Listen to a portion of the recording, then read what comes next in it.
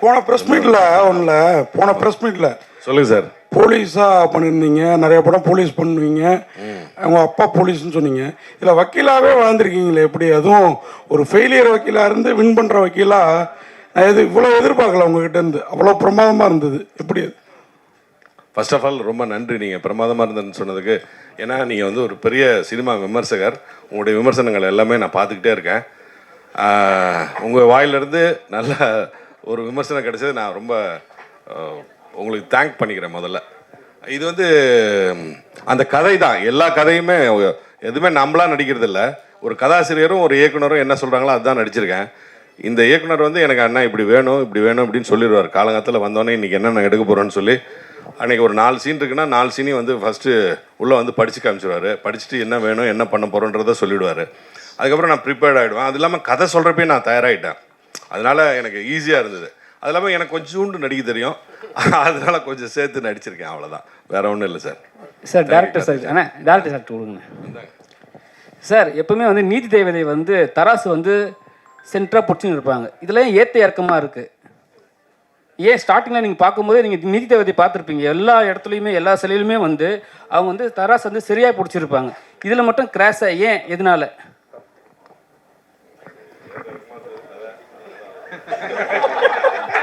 அப்படியே மைக்கில் சொல்கிறேங்கண்ணே.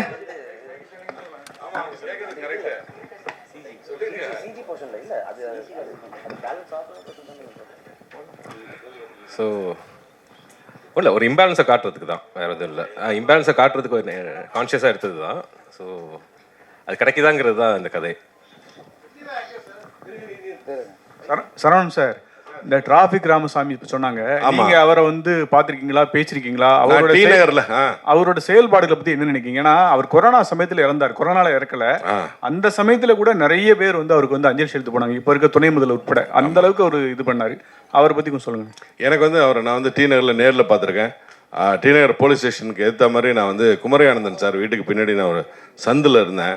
அந்த சந்தில் வந்து ஒரு பேரிகார்டு போட்டிருந்தாங்க. நம்ம வந்து அதில் அந்த இடத்துல வந்து ரொம்ப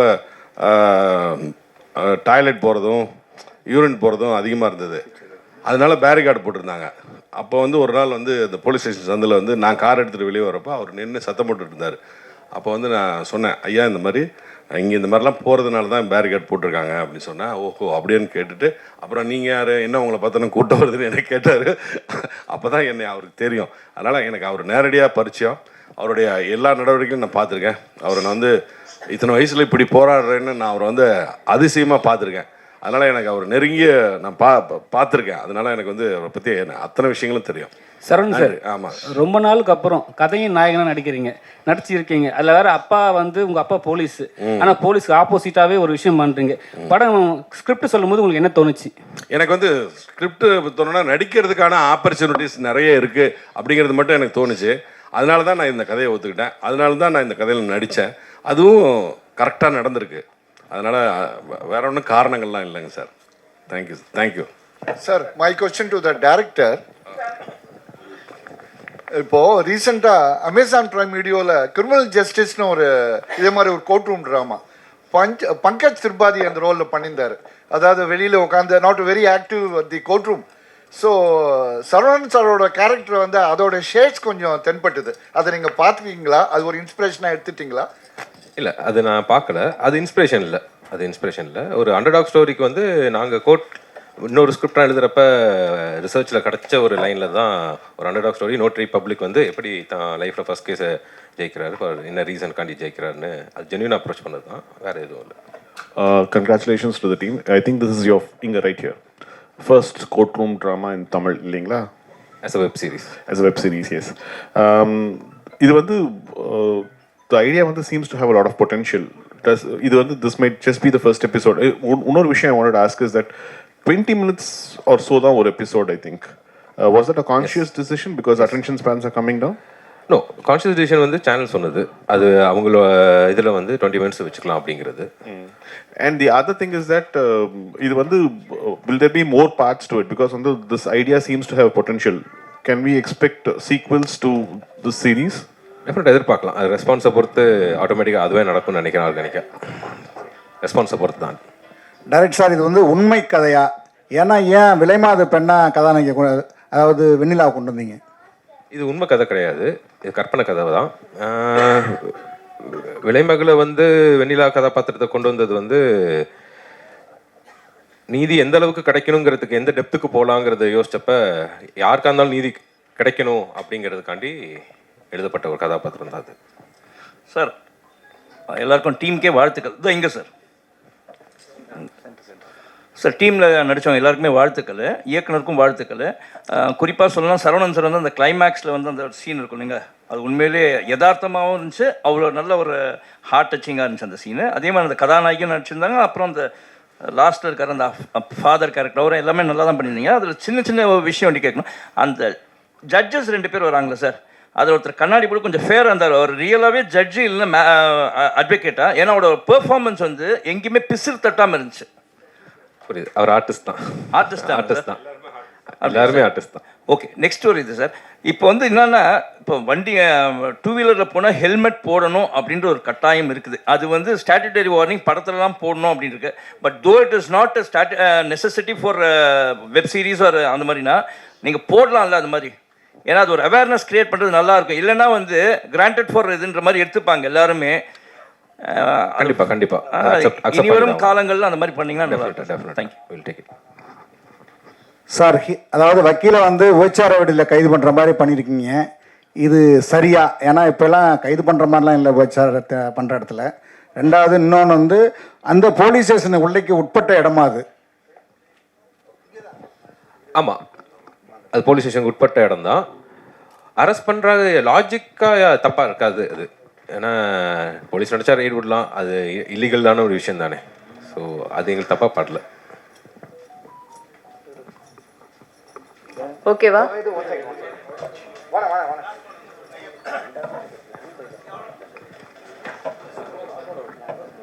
hello, first question to Shanmugam alias Kuppusamy sir. இனிமேல் உங்களை குப்புசாமி தான் எல்லோரும் கூப்பிட போகிறாங்க, சேஞ்ச் ஆஃப் நேம் கொடுக்க வேண்டாம். ரியல் லைஃப்பில் நீங்கள் சில்ட்ரன் எவ்வளோ சில்ட்ரன் உங்களுக்கு இந்த பர்சனலி? எனக்கு 2 பசங்க, 1 பொண்ணு 1 பையன். அந்த எமோஷன்ஸ் வந்து எனக்கு என்னோடய டாட்டர்ஸு, இந்த ஒரு பொண்ணு நீங்கள் அந்த ஒரு சீன் ரொம்ப பியூட்டிஃபுல்லாக டோட்டலாகவே அவுட் ஸ்கோர் சொல்ல மாட்டேன், you scored in every frame. நீங்கள் தான் வந்து இது இந்த எபிசோட soul and life of the இது நீங்கள் தான். நீங்கள் இல்லைனா இதுவே இல்லை, எபிசோடே இல்லை. ரொம்ப நன்றிங்க சார். அந்த ரொம்ப டச்சிங்காக இருந்த சீன் வந்து நீங்கள் வந்து அப்பான்னு சொல்ல வருவீங்க, அண்ட் ரொம்ப பியூட்டிஃபுல்லாக அவங்க ரியாக்ட் பண்ணுவாங்க. 1000 ரூபான்னு 1000 வாங்க நினைக்கிறேன். Sorry, I got the amount right but not the emotions wrong. ரொம்ப நல்லா பண்ணீங்க, hats off to you. And இன்னும் ஒரே ஒரு question to Nambitha. As a junior to senior artist like Saravanan sir, நிறைய நீங்கள் அண்டர் ப்ளே பண்ண வேண்டியது கேரக்டர்லேயும் சரி எமோஷன்ஸ்லேயும் சரி. பட் இந்த 2-3 சீன்ஸ் ஆனால் ரொம்ப நல்லா பண்ணீங்க. நீங்கள் அவுட் ஸ்கோர்னு சொல்ல மாட்டேன், டாமினேட்டும் பண்ணலை, கேரக்டர் அவசியமும் இல்லை, பட் ரொம்ப வந்து ஆப்டாக இவ்வளோ தான் பண்ணணும். And you're again the life of this. Thank you sir, thank you so much, thank you so much. எப்படி அந்த experience to sorry sir Saravanan சாரோட நடிச்சது? How was that experience? நான் அங்கே சொன்ன மாதிரி தான் சீனியர் ஆர்டிஸ்டாக ஒரு he didn't give off that energy at all. என்ன off camera and on camera ரொம்ப கம்ஃபர்டபுளாக வச்சுக்கிட்டாரு. எப்போ எனக்கு ஒரு செகண்ட் தாட் எப்போவுமே வரல, நடிக்கும் போதோ இல்லை ஆஃப் கேமரா ஒரு பயமோ ஒரு நர்வஸ்னஸோ கொடுக்கவே இல்லை. And I think the credit goes to him. So ஓகேவா? நான் இந்த பொண்ணை வந்து நான் வந்து அதை பற்றி பேசல, நடிப்பை பற்றி எதுவும் பேசல. இவங்க வந்து பூஜையிலேருந்து ஒரு 2 நாள் பார்த்துட்டு இருந்தால் நடிச்சிட்டு இருந்தாங்க. கொஞ்சம் ஒரு நர்வஸாக இருந்த மாதிரி இருந்தாங்க. கூப்பிட்டு யார் என்ன பேர் எல்லாம் கேட்டுட்டு இருக்கும்போது அவங்க அப்பா யாருன்னு சொன்னாங்க. அவங்க அப்பா வந்து பானு பிரகாஷ்னு சொல்லி நம்ம தலைவாசல் படத்தில் நடிச்சிருப்பார். தலைவாசலில் நானும் நடிச்சிருக்கேன், செல்வாவும் நானும் நடிச்சிருக்கேன். அப்பத்துலேருந்து அவங்க அப்பா எனக்கு தெரியும். அவரோட பொண்ணாங்க அப்படின்னு சொல்லிட்டு நான் அவங்கள்ட்ட பேச ஆரம்பித்த பிறகு அதுக்கப்புறம் நாங்கள் 2 பேரும் கொஞ்சம் நேரம் இன்ட்ராக்ட் பண்ணிட்டு இருந்தோம். அப்போது வந்து அதுக்கப்புறம் 3rd டேலேருந்து அவங்க வந்து அழகாக, ரொம்ப அழகாக இந்த பாந்தமாக அவர் சொன்ன மாதிரி அந்த கதைக்கு என்ன நியாயமோ அதை செஞ்சுருக்காங்க. நீங்கள் இன்னும் நிறைய படங்கள் நடிக்கணுமா? வாழ்த்துக்கள்ப்பா, என்னுடைய வாழ்த்துக்கள். சொல்லுங்கள் சார். சட்ட விதிகள் எல்லாம் சொல்கிறீங்க. ஆமாம், அதை வந்து எப்படி நீங்கள் கரெக்டாக சொன்னீங்க? அதுக்கு வந்து ஏதாவது ட்ரைனிங் ப்ராக்டிஸ் எதுனா எடுத்தீங்களா? இது வந்து ஆல் கிரெடிட் கோஸ் டு சூரிய பிரதாப்பும் டேரக்டருக்கு தான். ஆமாம், அது வந்து நான் என்னுடைய தமிழ் லிட்ரேச்சர் சொல்லிக் கொடுத்த தமிழ் லிட்ரேச்சர் படித்தேன் நான். அது வந்து இப்போ யூஸ் ஆகுது, அவ்வளோதான். ஆமாம் சார். தேங்க்யூ, நன்றி சார். சார் இந்த கேள்வி டைரக்டருக்கும் ஹீரோயினுக்கும் சேர்த்து. சொல்லுங்கள் சார். சார் டைரக்டர் சார், இவ்வளோ அழகாக ஒரு ஹீரோயினை போட்டிருக்கீங்க. நான் ஆப்போசிட்டில் ஒரு வக்கீலுக்கு ஒரு அசிஸ்டண்ட்டாக அவங்க கூட படிச்சவர் இருந்தார். ஏதாவது ஒரு ரொமான்ஸ் டூயட் வச்சுருந்தீங்கன்னா இன்னும் கொஞ்சம் என்டர்டெயின்மெண்ட்டாக இருந்திருக்குமே. அது மாதிரி மேடம் உங்கள்கிட்ட ஒரு அதே கேள்வி தான் வேறு ரூபத்தில். நீங்கள் அவங்க சொன்ன பிறகு சொல்லுங்கள். இப்போ இவ்வளோ பிரமாதமான ஒரு வெப் சீரிஸில் நடிச்சிருக்கீங்க, ஆனால் ஒன்லி ப்ரொஃபஷனலிஸ்ட்டாக வரீங்க. ஒரு லவ் அந்த மாதிரிலாம் இல்லையே அப்படின்ற வருத்தம் இருந்தது அவங்களுக்கு? சுத்தமாக இல்லை. எப்போவுமே அப்படி தானே மோஸ்ட் ஆஃப் த ரோல்ஸ். ஒரு இப்போது நிறைய இந்த ப்ரொஃபஷ்னலாக ரோல்ஸ் கிடைக்குது. நிறைய முன்னாடிலாம் அப்படி தானே கதாநாயகிங்க வருவாங்க. ஸோ இந்த மாதிரி ஃபுல்லாக ப்ரொஃபஷ்னலாக கிடைக்குது எனக்கு ரொம்ப சந்தோஷமாக இருந்துச்சு. ஆனால் எங்களுக்கு கொஞ்சம் வருத்தமாக இருந்தது. டேரக்டர் சார் நீங்கள் சொல்லுங்கள் அதுக்கு ஒரு பதில். ரொமான்ஸ் தனி ஸ்கிரிப்டாக பண்ணிக்கலாம், இந்த இதில் டிமாண்ட் பண்ணல. மோரோவர் நான் நமிர்தாக்கு ஃபோனில் தான் இந்த ஸ்டோரி நரேட் பண்ணேன். அப்போ நரேட் பண்ணோடனே யூஸ்வலான ரொமான்ஸ் ஏதோ வருதோன்னு நினச்சேன். இது ரொம்ப இன்ட்ரெஸ்டிங்காக இருக்குன்னு தான் அவங்க சொன்னாங்க. ஸோ அது ஒரு ரீசனாக உள்ளார வரப்போ அது ஒரு நல்ல விஷயம் தானே. சரவணன் சார், அதே மாதிரி இந்த வெப் சீரிஸுக்கும் சினிமாவுக்கும் என்ன டிஃப்ரெண்ட் பார்க்குறீங்க? சம்பளம் இந்த மாதிரி 40 நாள் 14 நாளில் முடிச்சிட்டாங்கங்கிறீங்க. சினிமானா அப்படி ஒத்துப்பீங்களா? ஒத்துக்க மாட்டேன். இது வந்து இந்த கதைக்காக நான் ஒத்துக்கிட்டேன். எனக்கும் இது சினிமாக்கும் வெப் சீரிஸுக்கும் நோ டிஃப்ரென்ஸ். இது வந்து இவங்க டீம் வந்து சினிமா மாதிரியே எடுத்தாங்க. இது வெப் சீரிஸ் மாதிரி அவங்க எடுக்கவே இல்லை. அது நான் வந்து ஹானஸ்டாக சொல்கிறேன். எந்த கோர்ட்டில் வேணாலும் சத்தியம் பண்ணுவேன். அதனால இது வந்து வெப் சீரிஸ் மாதிரியே இருக்கு. ஷூட்டிங் அப்போ இல்லை சார். உங்களுக்கு கதை நாயகனா வந்து பெரிய ஸ்க்ரீனில் வரும்னு ஆசை இருந்திருக்கும் ரொம்ப நாளுக்கு அப்புறம். இப்போ இங்கே சரிங்களா சார்? இப்போ வந்து இது வந்து வெப் சீரியஸாக எடுக்கும் போது உங்களுக்கு என்ன தோணுச்சு? படம் நல்லாவும் இருக்குது, ரொம்ப ஷார்ட்டாகவும் இருக்குது. ஸோ இதை ரிலீஸ் பண்ணலாமே படம் தேட்டரில் கூட சொல்லிட்டு உங்களுக்கு யோசனை வந்துதா சார்? நான் ஏற்கனவே கேட்டேன். நான் கௌசிக் சார்னு சொல்கிறேன், சார் எப்படியாவது தேட்டருக்கு கொண்டு வாங்க சார். நான் அதெல்லாம் சான்ஸே இல்லை சார். நான் அவர் ஃபஸ்ட்டே சொல்லிட்டாரு. அதனால் எனக்கு அந்த ஆசை இல்லை. நான் கதாநாயகனாக நடிக்கணும்னு ஆசைலாம் அப்படிலாம் நான்லாம் இல்லை. கதையின் நாயகனாக நடிக்கிறது வந்து இது வந்து பை காட் கிரேஸ். எனக்கு வந்து இந்த கதை வந்து எனக்காக வந்தது. இது எனக்காக தைச்சி எடுத்துகிட்டு வந்த இந்த ஷர்ட்டு, அது மாதிரியே அந்த கதையும் எனக்காக வந்த கதை, என்னை நோக்கி வந்த கதை. நான் தேடி போகலை இந்த கதையை நோக்கி. என்னை நோக்கி இந்த சூரிய பிரதாப் எடுத்துகிட்டு வந்தார். பிரபாஸ் சொல்லியிருக்காரு அது வந்து பருத்தியூரன் சித்தப்பா நடித்தா நல்லா இருக்குன்னு அவர் சொல்லியிருக்காரு. டைரக்டர் ஒத்துக்கிட்டு இருக்காரு. டைரக்டரும் கதாசிரியரும் வந்து என் வீட்டில் வந்து கதை சொன்னாங்க. அதை கேட்டு நான் உடனே ஒத்துக்கிட்டேன். மறு பேச்சே இல்லை. கதை கேட்ட உடனே நான் ஒத்துக்கிட்டேன். ஏன்னா இதில் எனக்கு நடிக்கிறதுக்கு வாய்ப்பு இருக்குது, ஸ்கோப் இருக்குன்னு தெரிஞ்சு போய் ஒத்துக்கிட்டேன் நான். அதனால் இது வந்து அவ்வளோ அழகாக வந்திருக்கு. கௌசிக் சார், சார் நீங்கள் இப்போ இந்த ஜி5ல வந்து சில எபிசோடு வந்து ஒன் வீக் ரிலீஸ் பண்ணுவாங்க. இது வந்து எப்படி ஃபுல்லாக ரிலீஸ் பண்ண போகிறீங்களா? எப்படி பிளானில் இருக்கீங்க? ஃபுல்லாக தான் சார். ஒன் வீக் ஒவ்வொரு எபிசோடை ரிலீஸ் பண்ணுற பிளான் கிடையாது. ஆல் 7 எபிசோட்ஸ் வந்து உங்களுக்கு 18ஆம் தேதி, அதாவது ஃப்ரைடேலேருந்து ஸ்ட்ரீம் ஆகிட்டு இருக்கும்.